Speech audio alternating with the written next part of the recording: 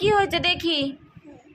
উফ উফ উফ উফ, দেখেছো কিরকমভাবে মানে কোটাতে কোটাতে কি অবস্থা করেছে। আবার কোটায়, এত দুষ্টু না। এই দেখো এইখানে কুটিয়ে কি করেছে, এইখানে কুটিয়ে কি করেছে, এইখানে এই পায়ে দেখেছো কি অবস্থা করেছে। পা দুটো আর পা নেই, সারা পা দাগ শুধু। তোমার একটু ব্যথা লাগে না বাবা? ব্যথা লাগে না? হ্যাঁ ওষুধ এই যে দিয়ে দিচ্ছি।